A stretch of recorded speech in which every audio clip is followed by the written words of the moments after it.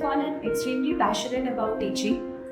I feel that students can be motivated well, they can be grouped well, and they can be changed and transformed into a person that becomes more placeable, can lead a better life, and can be more confident about themselves.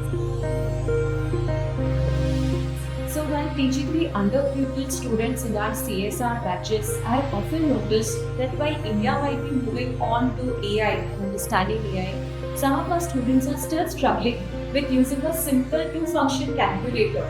At times I have to spend a lot of time making them understand how to find out the square root, or even finding a simple thing as 1 divided by 4. So you can imagine how much of patience one needs to understand the difficulties of these students and then upskill them and bring them on a common platform with others. My exposure to the underprivileged youth comes from SAGE Foundation.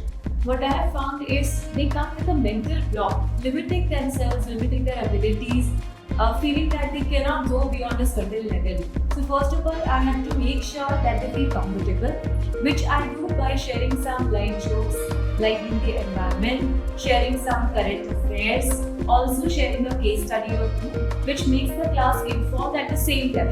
One technique which I often use in specifically my NISM classes, after every chapter, I ask them to play a game. That game we play with thinkers, because NISM is an MCQ pattern question paper. So I ask them some questions and all of them have to give a reply to 1, 2, 3 or 4, whichever is their preferred answer. That way we get to revise the whole chapter and the whole class gets involved in playing that game. So it's fun with learning. So these are some techniques I employ. So once it so happened that we had a batch of 12 girls, all were learning NISM, preparing for 5A series, and all 12 of them cleared the exam within 1 week. Not only that, they cleared with great percentages. That gave me a lot of satisfaction because one, I could upskill them. They were not from very privileged backgrounds, and the happiness that I could see on their face after clearing that exam is completely precious and unparalleled.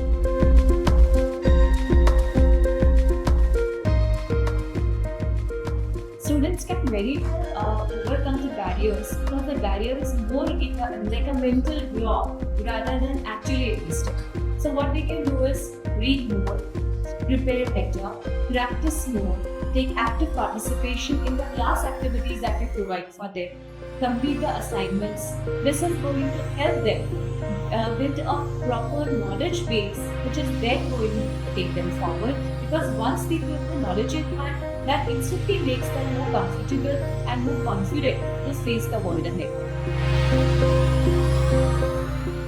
The SAGE Foundation is helping the students immensely by providing them sessions and the whole curriculum to upskill themselves, to be able to get a good job in the data science sector, which is going to change and turn their lives completely later on, wherein they can also support their families and maybe they can also help other students who really want to change their life.